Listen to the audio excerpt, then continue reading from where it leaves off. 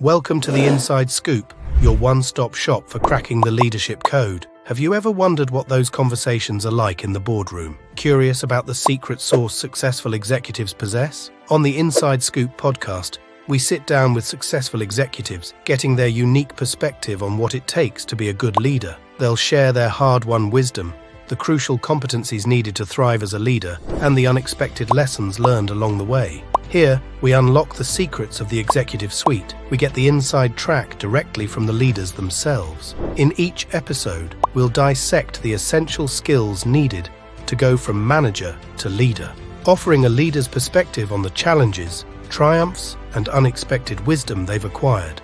The Inside Scoop, leadership lessons, served fresh. For joining us for another episode of the Inside Scoop. I'm your host, Eduardo Bryant.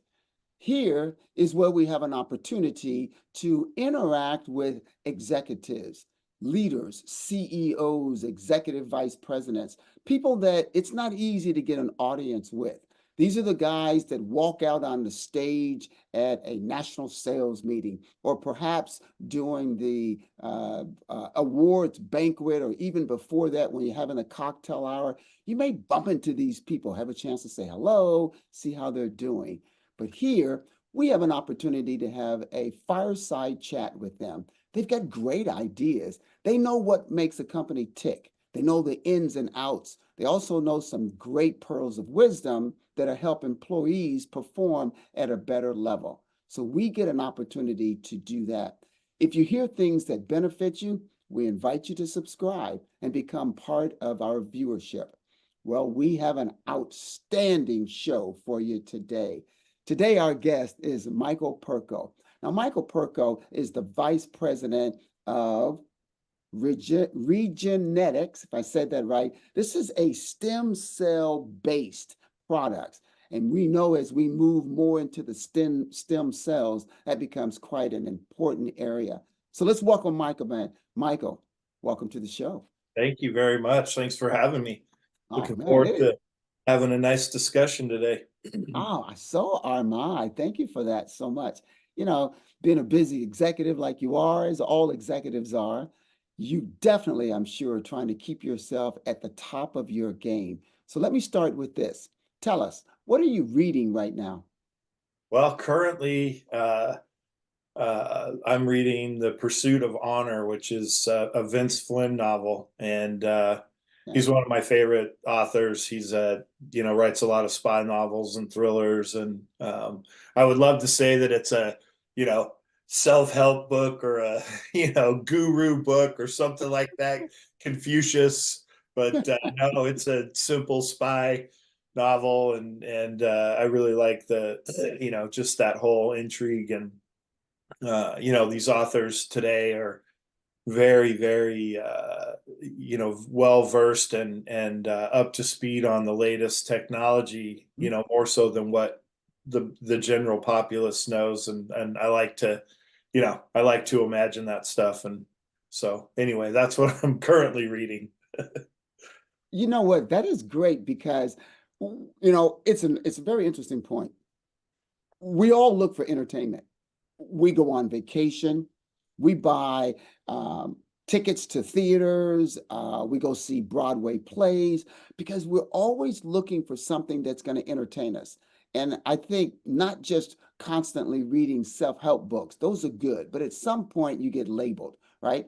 Once you go through all those programs, you can get labeled as this or that. One of the things I like to do is when I'm in an audience of executives is I'll ask them, okay, who here is a Sagittarius? And a bunch of Sagittarius stand up. I said, all right, if you're a Capricorn, stand up. And then a bunch of Capricorns. Or if you're a Scorpio, stand up. And I said, now look around.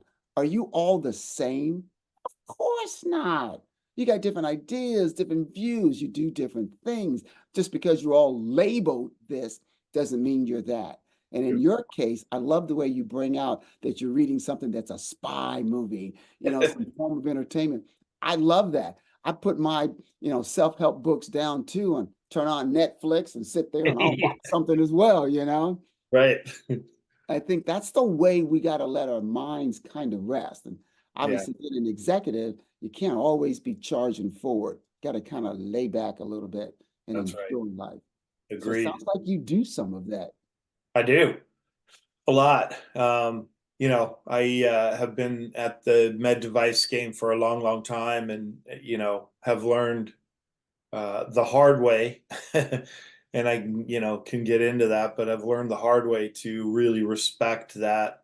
I hate the buzzword of the work-life balance, but Mm.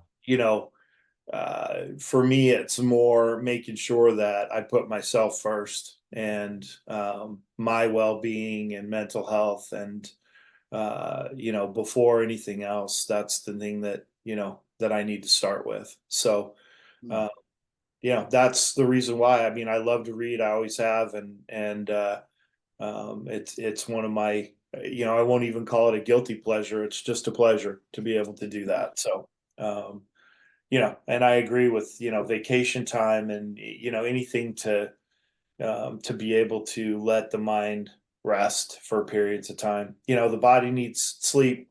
We need at least 6 to 8 hours a day of sleep, and so does the mind.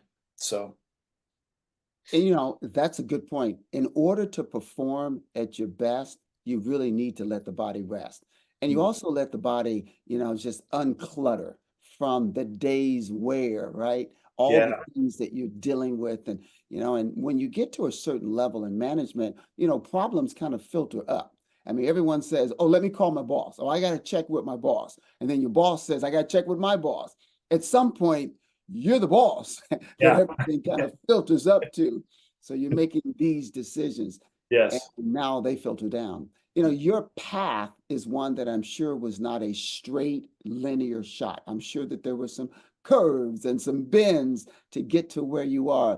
Why don't you take a moment, share with our audience, how did you get where you are, Michael? How did you Okay. get to sit there? All right. Well, that's a good story. So sit back and relax. I actually went to school or went to college and did athletics in college. I was a track athlete and I was terrible, but I loved being involved with the team. And I had every intent and purpose to be an engineer. And, I just, it just didn't fit. And finally, the end of my college career, switched over to mathematics and didn't know what the heck I was going to do with that. But my father was a mathematician, and my mom was an educator, and I thought, well, maybe I'll teach math then, since that's what my dad does and my mom's an educator. I'll do that. And so I did. I left school, graduated, and went and taught high school math and computer programming. And my first tour of duty, I'll call it, was in East Los Angeles, a very rough area, and loved it to death. But I was also engaged at the time, and my fiance at the time did not like Los Angeles one bit and wanted to get back to Arizona. So came back to Arizona and taught for a number of years and coached, and loved that. But unfortunately, trying to raise a family on a teacher's salary in this country is prohibitive, to say the least. And God bless all of those teachers out there that are handling our youth. And I just have nothing but respect for teachers these days. And nowadays, it's a very difficult job for a very, very minuscule amount of money. But anyway, I since I had such a strong engineering background, and even fast forward, when you're teaching, you're required in the state of Arizona to have your master's within a certain period of time. And so then a master's in math. I There was a company that was local to where I lived in Flagstaff, Arizona, and that was Gore, and they make Gore-Tex jackets, and the medical division headquarters are in Flagstaff. And so I had a bunch of friends that worked there and a brother that worked there, and they said, you know what, you should apply there if you're looking at leaving the teaching arena. And so I applied, got a job. They didn't know what they wanted to do with me. They liked my enthusiasm and my spunk, and that I had a good head on my shoulders. And so they put me in manufacturing, and I learned how to manufacture the devices from the beginning phase, from raw materials all the way through to packaging and sterilization and everything. So I really was so grateful for that opportunity at Gore to get that background and really, really get entrenched. I mean, this was a year and a half of, that I spent in that arena, and it was just fantastic. And, I don't know that there's many companies that you could do that with. Gore is unique in that they really, really promote from within, and they really develop from within, and just gave me this wonderful launching pad to do a bunch of stuff for them in the future. And I migrated back into engineering and worked on some of their new products and research and development, and got to know that stuff well. And I ended up, because of my teaching background, I ended up in educating physicians on the new products that Gore was bringing to market. And so I was just fortunate. I had this great captive audience in these physicians that wanted to learn these new endovascular devices. And I got to travel the world, which I love traveling. I hadn't been much, when I grew up, we didn't have a lot of money, with both my parents being educators. And so it was fantastic to be able to travel and, and teach a lot of physicians around the world and then across the country. And so developed this, kind of unique set of skills, and, kind of like a spy movie. I've got a unique set of skills, and I know how to use them. So I migrated into sales, and, my personality fit that very, very well in sales management. And, I ran with that with Gore for a while, and then I moved over to a startup company, and I loved that environment of just, what I loved about it was that, okay, we're hiring you to be the Western regional manager for sales for this product, but we have a whole bunch of other stuff that needs to be done. So everybody just pitches in, and, that's what I like. I mean, I've always been, my grandfather was a coal miner and an auto mechanic. And, it was, we're going to get our hands dirty, and we're going to figure this out and learn how to do this. And my dad was the same way. And I'm that same kind of person. I just, really want to know the nuts and bolts and figure out how to best help run an organization. And so migrated through all of that and sales management, loved the startup company. And I went then to another big company because they came calling, and it was an opportunity I couldn't turn down. And it was a VP role at a very large med device company, and loved it, did well with it. I really found out that my passion is in training salespeople, in developing, mentoring salespeople. And and I feel, and this will sound sappy, and I'm not trying to get the waterworks going, but I feel that there's a real dichotomy in sales forces out there in our country. And half of it is, I'm going to go make as much money as I possibly can, as quickly as I can. And it doesn't matter what I do to get there, but that's what I'm going to do. And that's fine. If that's if that's your goal and that's what you want to do, sales is a great place for that. But that's not my goal and my intent. My intent is, I'll never forget at Gore, their axiom for sales was develop the relationship, and then the sale will follow. Now, that's very contrary to most companies. It's go get the sale, and if you develop a relationship, fantastic. But those relationships that I had with those physicians that I was selling to are lifelong. I still go on vacation with those doctors now, And, I just talked to, we were, Eduardo, you and I were talking about the current business that I'm in now. And our first big investor was one of the physicians that I worked with for many, many years. And so, um, I've been very fortunate to just get a huge amount of training, on the job training, which is to me much more relevant than than my formal training or college training. Because these businesses now are so specific and so narrowed in on what it is that you're doing. And I feel like I've just got this big, broad PhD program, if you will, in the companies that I've worked for. And now having my own company, it's all translated to that. So, I'm just feel blessed to be where I am today. Very good. Look at I know that. that was a really long answer for a really short question, so I apologize for the length. Not at all. You threw a lot of stuff in there. Let's see. I've got a special set of skills that I've acquired over a long time. Isn't that from Taken by Liam? Yeah. See, I recognize that. Those are some good movies. Yeah. Special set of skills. Yep, Liam is really good there. As you were outlining your background and how you got to where you are, you were talking about a lot of transferable skills.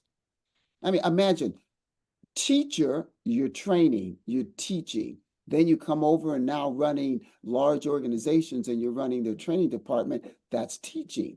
So, we think about that when we do hiring is we say, do you just hire the person who's been in the industry, or are you adept at looking at the skill level, understanding the competencies that are needed and seeing if they're able to do the job based on having that skill? Maybe they didn't do it in your industry, but they had that skill. Yeah. Good. Well, look, here's the gold nugget right here. All right, give it to us. Give it to us, Michael. I'm going to share a secret with you that not many people know, but teachers make the best salespeople. Go hire as many as you can, because number one, they're extremely organized and they don't know, and they've never seen money like they've seen in a sales organization. But not only that, they're born salespeople, because who wants to learn about Mesopotamia and algebraic skills? And, so they're teaching or they're selling skills to people that don't want to buy what you're selling.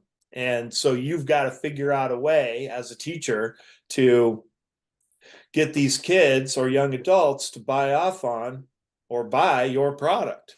And so they come up with the most creative ways to sell that product that they're selling. And I can promise you, I've hired a ton of them, that salespeople are hungry, driven, motivated, and they know how to sell products. If you give them the opportunity and the space to be able to figure it out for themselves on how to best, with guidance, to figure that out. So it's an untapped area. I'm not trying to take away from the great educators that we have, but there are a lot of them that make really good salespeople. So, Michael, I'm going to co-sign on what you just said. I totally, fully agree with that. And I've hired several teachers because exactly what you said. Awesome. I've also hired, I'll give you another one, waiters. Waiters are fantastic.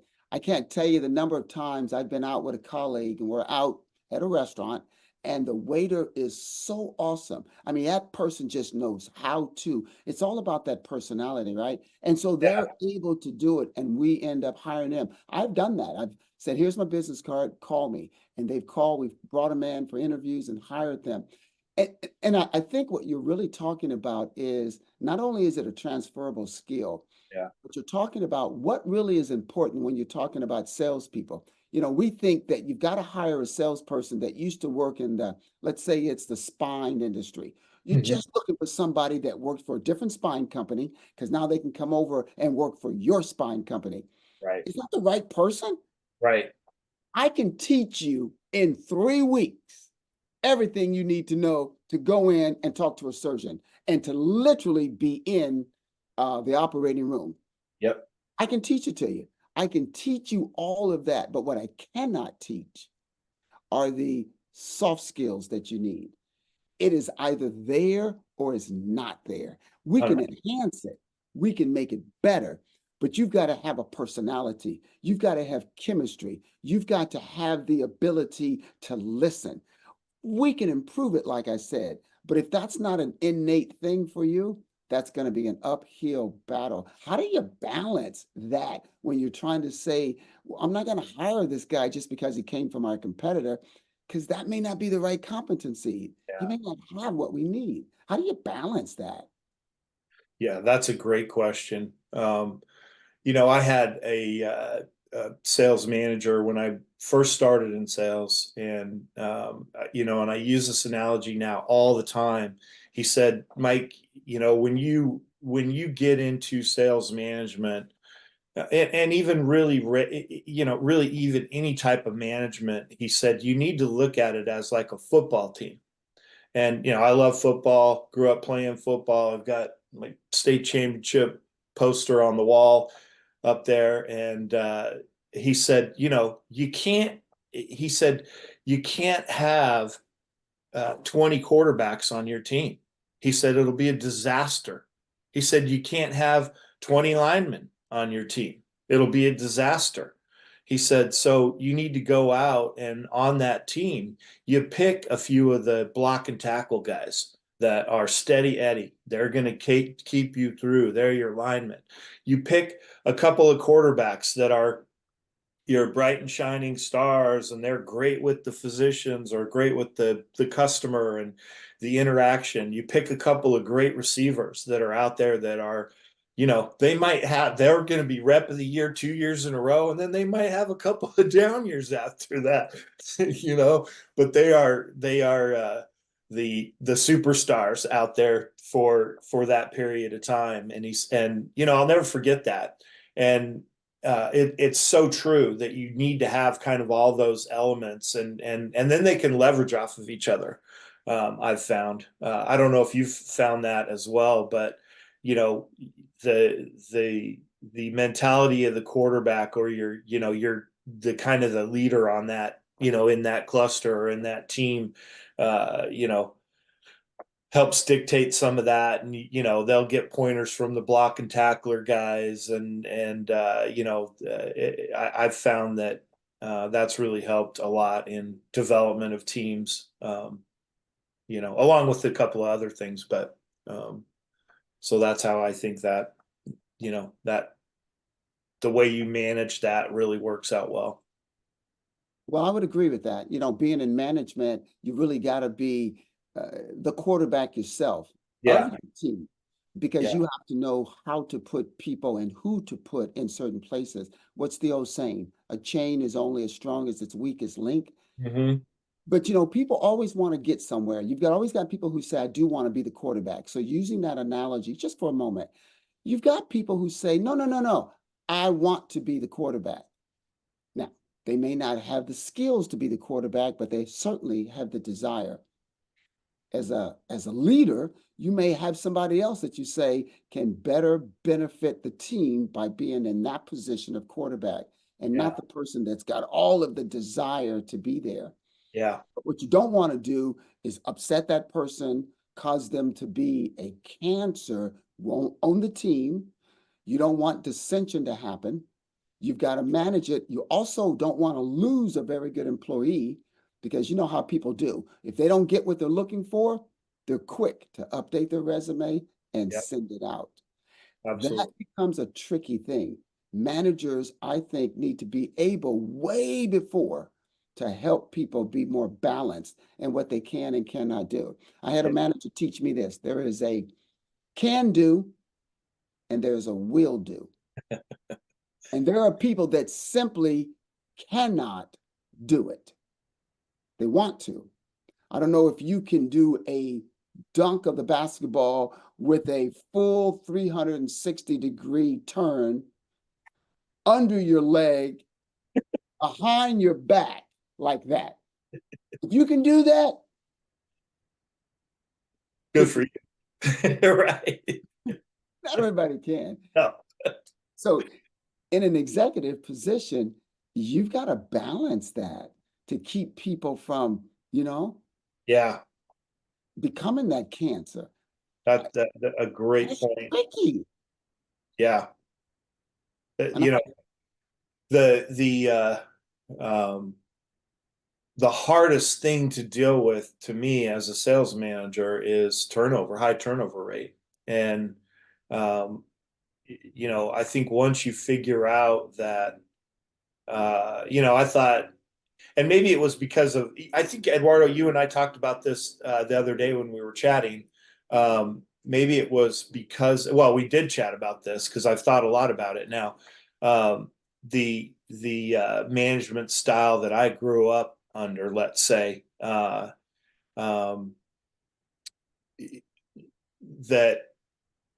there's a couple, there's a number of different types of managers, but what you just said a bit ago resonated with me, with keeping that team together.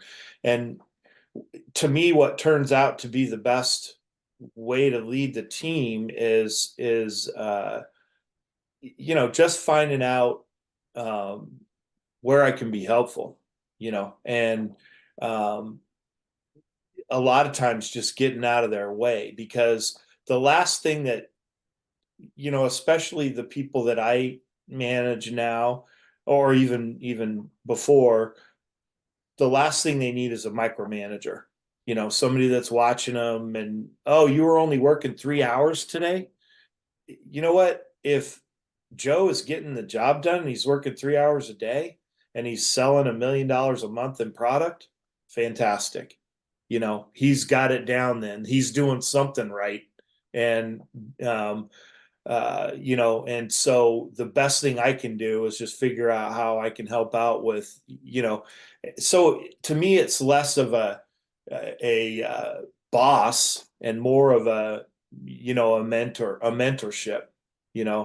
Let me show you some of the things that have worked well with me when I've sold. Let's look at what Sherry's doing over in in Southern California. She's got some great programs that she's doing. Which of these things resonate with you? But going back, trying to loop the circle together, the killer is exactly like you said, them leaving, and they can leave tomorrow. I mean, there's a lot of jobs out there available right now, and especially for good salespeople. And the fastest thing that people will leave for is a bad manager, I've found. I don't know about you, but that's what I've found. yeah, the number you actually quoting a stat. The number one reason why a person leaves a job is because of their manager. Well known, it is certainly that. And bad managers is something. There is a quote out there also that says your manager has a greater effect on your mental health than your therapist or your doctor. Wow. Imagine that. And a bad manager has a devastating effect on you. Absolutely. Oh, I mean, you could get in, look at it. How many people get a divorce? How many people have a bad marriage? How many people are now on anxiety medication? How many people are on depression medication? How many people are finding themselves having to go see a therapist? All because, as they contributed to, they got a bad boss. Somebody that hasn't been trained, that doesn't understand how to talk to people. When you talk about a high turnover rate, what do you think is the cause of a high turnover rate? Yeah. Yeah. Absolutely. Bad management. I mean, I think about it now, the places that, I've been lucky, that I only left one place that, that there was really bad management. And, well, I take that back too. I left two places because of, of bad management. And yeah, I mean, that was, and you're right. I mean, one of them led to, I alluded to at the beginning of this that my path was a difficult path to get to where I was, and it didn't come without a lot of heartache and consternation. I went through a brutal divorce, and it was not fun, and a real difficult time in my life, and that's I'm not going to blame it on my manager, but it certainly there certainly was some connections to my quality of life. I started this show by saying my quality, I've learned that my quality of life is more important than anything to me, and my mental health is more important to me than anything else out there. And so, yeah, I can definitely see what you're saying. Well, yeah. And, here's the real tragedy behind it. We call them bad managers, but if you ask them, they think they're the best manager that the company has. They think they are fantastic. Yeah. And, that's that blind spot they have, right? If you Yeah. think about it, we all got blind spots, and these managers think that they're so good, but they're really not. And they're destroying people's lives and they're hurting people. And, it's a tragedy to have management. And, we look at it this way. We all need to improve. None of us are perfect.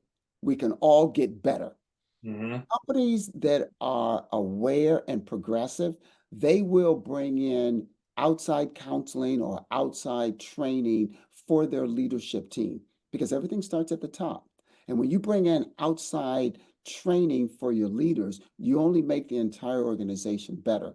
But companies that don't want to do that and don't want to invest in that, then those are the ones that have a whole bunch of bad managers, and they just are just kind of out there, making people miserable. And, for example, I'll give you one. Every company says their greatest resource is what? What does every company say? That our greatest resource are our People. Absolutely. Every company says that. Now, when there's an open requisition to bring in new talent, the company's greatest resource, how many managers have had professional training on how to interview in order to bring in and staff the company with their greatest resource? Yeah, not many. Not many at all, No. virtually none.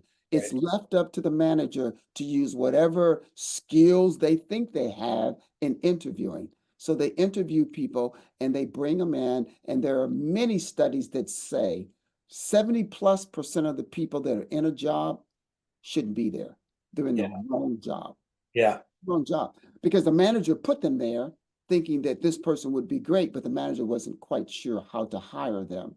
Yeah. It becomes a thing that we have to try to overcome. That's how we can, cut down on some of on the turnover rate and make people happier in their jobs, because we're all trying to do a good job. We're here to make the company successful, put a little money in our pockets, and along the way, we make some great friends. Yeah. That's Yeah. what we're trying to do. So we tell companies, invest in your people, Yeah. teach them how to interview. And interviewing is tricky because there are a set of questions that people ask, and they think, if I just ask this right question, and they like to do these scenario questions. Tell me if you've ever used any of these. So, Michael, tell me a time when you had to, I mean, where I'm going with these types I of sure tell me do. a time. Yeah. And you can literally come up with any kind of example of something of a time.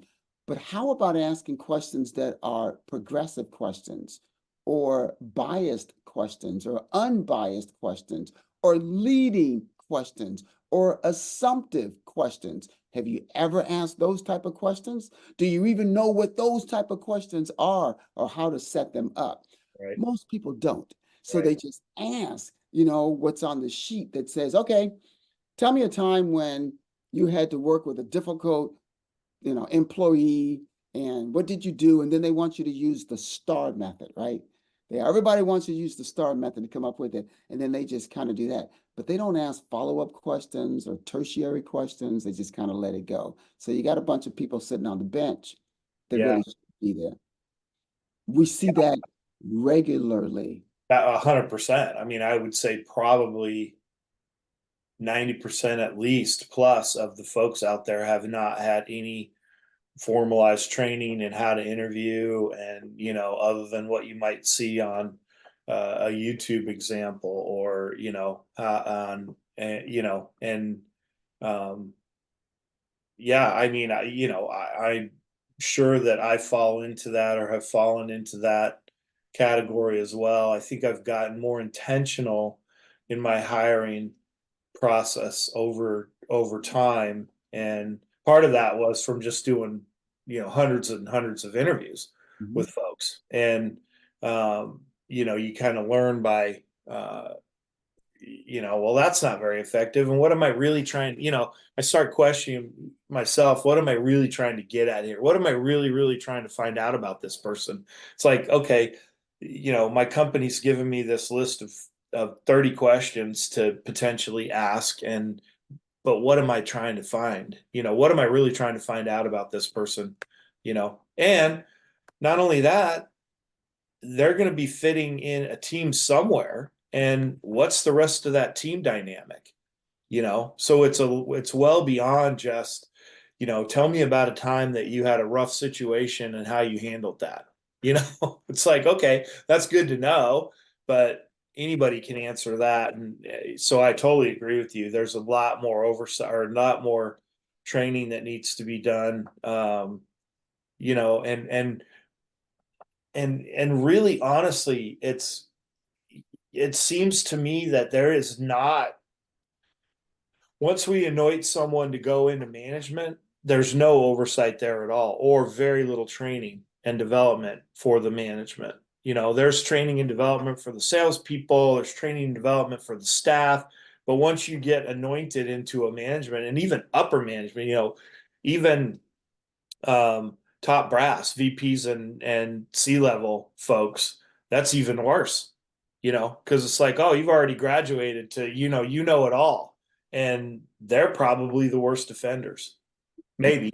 I'm just thinking of myself and like, oh, damn, maybe I'm one of those, so. No, I'm chuckling Right. on the inside because it is so true. It really is. Who's going to tell the emperor he doesn't have any clothes on, right? The higher up in an organization you go, the less honest feedback you get. People just aren't going to give you that. So, no, to your point, you are absolutely right, which is why there's such a need for that. So, for all the managers out there, I think you are speaking wisdom to them to say that it's a dynamic. You fit into a group of people. You have to ask questions that really get to the heart of, and then you have to do the management training to help. How often do companies send their managers away for management training? Maybe once a year, every other year, maybe. And even when they go for the 4 days, they get everything but management training. They go through all the regulatory stuff and the compliance stuff, and making sure they understand the new rules of the company and how to fill out the expense reports and who they should send them to now. And they get all of that stuff. But when do they get to role play? They hate that and don't That's want to right. do it. But that's what changes behavior. When do they get to do the scenarios and do, simulations? They don't ever really get that. Trust me, I've been to those meetings. I know you get everything but. So when you come back from management training, you haven't changed any behavior. So you're the same manager that you were before you left and went there. And your skills haven't gotten any better. You just gained knowledge on some of the things that the company wanted to teach you. So I think, to your point, the higher up you go, the less actual training you get. And that's when it's really needed the most, because it's noticed. Yeah, I People, agree. Hold up, my dog's barking like crazy. Hold on one second. so, when you get that type of training, and you understand that people are people, and that what our role and what our goal is to make people better and to improve their work performance, and along the way might even improve the quality of their life, Yeah. not just by making money, but just being a better person. So it sounds like you've got a good handle on that. For some of your sales teams that you've led, what are some of the things that you've taught them train them to do, or things that you've noticed that would make their performance better? What type of nuggets do you got in your grab bag of tricks there that you say, you know what, I've done this, or I've suggested this, or I let them do this, and it's been helpful? What are some of those things? That's a great question. And I don't want to sound, formulaic or, I think I've always been the very, very much a people pleaser. And so I was always trying to make sure that the customer was happy and that, there's a place for that. But so one of the things that I learned to get out or to that's not always the case, that there's going to be, happy and unhappy customers, and having a relationship with your customer is important to me. But the very first thing is knowing your product and knowing it well. You talked about the spine stuff and that you could teach someone spine stuff in 3 weeks, and that's true. The content, is very important, and that it up and down, and then also know the people to talk to or to get on the phone with, that if you don't have the information, you can get that. So for me, first key thing is, let's really understand what it is that we're trying to sell first. And then second to that is the audience. All right, who's our audience that we're trying to sell to? And that's very different with each individual customer, because Dr. A might be very different than Dr. Y in the way that they like to receive the information or be sold the product or service or whatever it is that you're selling. So really understanding that audience well has been critical too. And then I really, really like to impress upon my folks to, I hate this saying too, but think outside the box. And we talked about this when we were talking about hiring teachers, that, we can train them all or teach them all the product information that they need to know and everything. But I'm not going to tell them right away, I'm not going to tell them, hey, read, Zig Ziglar's book on how to sell, or read, um, this sales book or this sales technique, because now they've pigeonholed themselves and they're thinking, with the blinders on, where these teachers have incredible ways to influence people, maybe not, or sell people. And so I think a lot of times if you sit down and you brainstorm a little with them, granted, guided practice like that they can come up with some phenomenal things, that, hey, this guy really resonates with his family. So, how do we relate this product? Well, it turns out that his grandmother or his mother had peripheral vascular disease. And, so let's talk about what she had and why this product is so valuable in, in treating that peripheral vascular disease. And so, I hate the idea of being in the box. I think those boxes are great, and that there's some great tools out. Spin selling, that was one for a long, long time, and then that migrated to, I can't even remember what the most recent nomenclature is. And look, that's all, for folks that are real good at sales, that stuff's pretty much inherent anyway. I would say the one part that I really, really like to focus in on, though, is don't ever be afraid to ask for the close or to close. I think that especially newer sales folks that aren't experienced, that well, I don't want to ask them for, I want them to look at the information and digest the information, and, yeah, sure, I get that, but you got to ask for the business, and don't be afraid to ask for the business. That's your job. That's what you're selling. I love my products and believe in them 100%.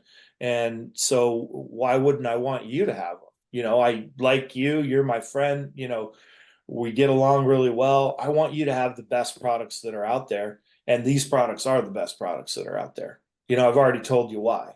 So, how many do you want today? So those are the things. I don't want to overblow it. And I think that those programs spin selling was great for me. It taught me a lot of stuff. Um, you know, but I don't want to overblow those programs either, because I think there's things that are missing there that these wonderfully creative people can come up with, no matter what industry that they've come from before. And they've learned other stuff from people that are much greater than me, selling and managing. And I want to I want to find out what's resonated with them and what's really, they've seen that's been effective as well. And then we can pull it all together. Those are some great points, Michael. I mean, I think people listening to this, especially sales reps, will take this and go, hey, that's exactly right. And that whole part that you just mentioned at the very end, that part about asking for the business, that is one of the hardest things for people to do, is to close. And I'm going to add one in there. Not only do people are not closed because they are afraid, but a lot of people try to close when they haven't earned the right to close. So that's a whole nother conversation about That's true. making the presentation and walking your client all the way out on a limb to the point where there's nothing for them to say or do but yes, because they've already agreed with you and you've already shown all the benefits to having your product. And now the close becomes the easiest thing because you've now earned it. And when you Yeah. haven't earned it, that's when it's like pulling teeth. That's Yeah. when the buyer wasn't with you and you haven't been trained to recognize that the buyer's not with you. The buyer's giving you what we call the bobblehead, positive indifference. You're talking and they're just, oh yeah, yeah, yeah, oh yeah, yeah, Oh yeah, yeah. yeah. Do we And do you that? and you think that, oh great, this guy is on board. That's just positive indifference. And then you get to the close and you just get the door closed. Bam. And you're like, oh no, what happened? Well, you weren't able to track it. So yeah, closing is one of the most difficult things, and people have to earn that right, but they have to know how to do it. You don't Yeah. just tell them to close. It's almost like Yeah. interviewing. You don't just Yeah. hire a manager and say, okay, you've got 2 open spots, go hire for them. Here are a list of questions to ask, but they don't, there's so much more than just asking these questions. Yeah, for It's so much. sure. So, Uh, sorry to interrupt. One last thing that occurred to me too was,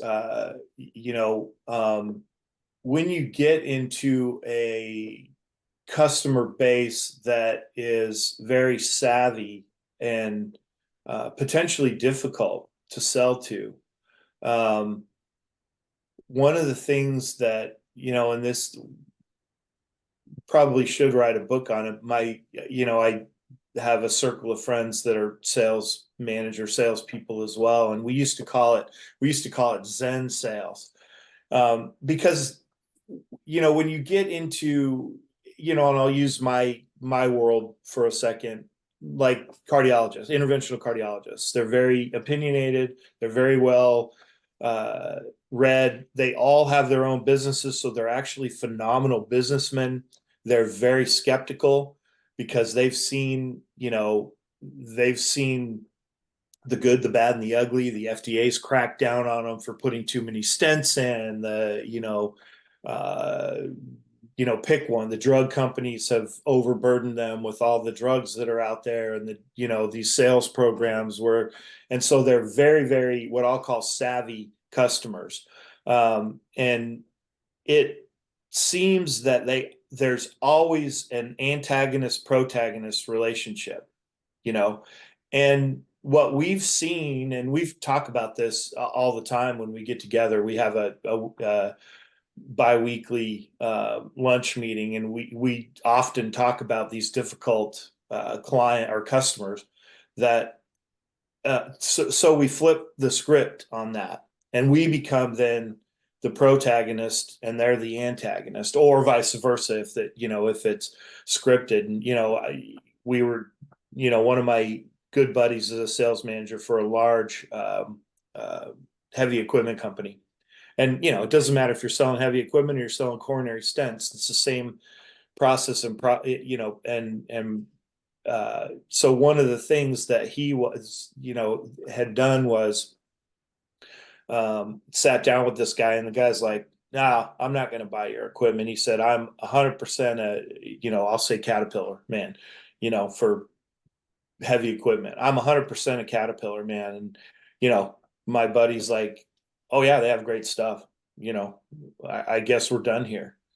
You love that product. I get it. They're great products." And, that totally flips the script, because then the guy's like, "Well, wait a minute. What are you saying? What are you selling for them?" And it stops in their tracks. They're not taking that defensive position anymore. Now they're leaning into the situation, and then listening to you. And, you got to read that body language and stuff like that. And it's not going to work on everyone, but it has been interesting, that flipping that script, or I don't even know really what the right words for it are, but I've used it a lot, and it really works well. And it's probably inherent in a lot of salespeople to um, but sell in a market where there's some strong competitors. Let's say a Medtronic. Everybody knows Medtronic. Fortune number 3 or 4 or something in the world. And uh, you know, to badmouth their products would be a lie. Have great products, you know. And so anyway, to go out there and say, yeah, Medtronic has fantastic products, and then they're looking at you like, well, what do you mean by that? And I say, yeah, here's the great stuff that they have. If you're looking for something that does this, this, and this, they might not be the one though. And so if you ever have that, come talk to me, because I got the product for that. So I didn't mean to interrupt or get off No, topic. that is a great point. That's selling, that's training, that's teaching, that's coaching. It's what you just said, Michael. All of that is what's needed when we do sales training. Yeah. Because those are the hidden inside things that people don't know. Those are we call it the inside scoop. People need to hear what you just said. And in a training capacity, they need to practice that and be able to do that. And that allows people to really become better salespeople. And the reason for that is people don't care how much you know until they know how much you care. And what you just said shows that you care about your customer or Yeah. potential customer's business. And they appreciate that. Wow, this guy cares about my business because he didn't come in here and badmouth a great company with great products. Yeah. 'Cause then I would have thrown him out of here. Right. So, yeah, True. this guy really cares. And then you will find a niche because not every product is perfect for every occasion. That's right. So where there is a niche, they start using you. And once they start getting some experience with you, then they'll go, well, I could probably use it here as well. That's right. That's right. That's how. And that's where that's where a good salesperson will recognize that then and step in and say, hey, I'd love to see you using a little bit more of this. You've been using it on these certain situations and it's been working well for you. I'd like to see it. Let's stack it up against Medtronic's products and see how it handles. And you might find that there's an area that you work even better. You just never know. Yeah. So Yeah. great. You know what, Michael? That's the stuff that that life is made of. Yeah. It's doing all of that and everything we've been talking about and the whole conversation. And this is what it's like to be in leadership. I mean, this podcast is designed to hear thoughts from executives like you, from people who have been there and have done it and can share, these types of nuggets so that we can all hear them and start thinking about, what can I do different? I call it Monday morning quarterbacking. What can Yeah. I do different Monday morning? Oh, I like that. I like what Michael said. And that's something that I hadn't thought about. So, I so appreciate you sharing your wisdom literally with the world. Who knows who's going to hear this? Yeah. Right. Well, I appreciate the time and, and the ability to, obviously I'm passionate about this, and I commend you and what you're doing, and hope that it brings a lot of success to you as well. Well, thank you. My goal here is to bring to the table people who we don't often get an audience with. It's not easy. Like I said in the opening of the show, you guys are the ones that walk out on stage at a big national sales meeting, and you give your speech, and then you walk off, and then no one sees you because you're busy, you're taking conference calls, and then during the cocktail hour before the awards banquet or before dinner, people may have a chance to rub elbows, and that's mostly small talk and that kind of stuff. But to actually sit down and have a talk, Yeah. and to chat and to hear, what are you thinking? What do you know that can help the organization? That can help me. So Yeah. that's the stuff that this platform brings to the audience is you guys, you leaders. It's for executives, and it's for leaders who are running organizations such as yourself. So I Yeah. want to thank you, Thank you. Michael. Man, I can't thank you enough, man. Thank My you. pleasure. My pleasure, for sure. I really Well, appreciate the time. Well, once again, if you guys have heard something that has benefited you and you liked it, join us, become part of our viewing audience. We would love that. And we appreciate you spending some time with us on this episode of the Inside Scoop. And we certainly look forward to having you join us again in the near future for one of our other podcasts. We are available anywhere where you get your podcasts. For now, we're going to sign off and say thank you. And Michael, thank you. Thank you. Have a great Take one. care. Take Bye-bye. care, everyone. We'll see you next time on another episode of the Inside Scoop. For more exclusive leadership insights, be sure to subscribe to the Inside Scoop on YouTube and Spotify. And if you enjoyed this episode, don't forget to hit that share button and spread the word. See you next time on the Inside Scoop.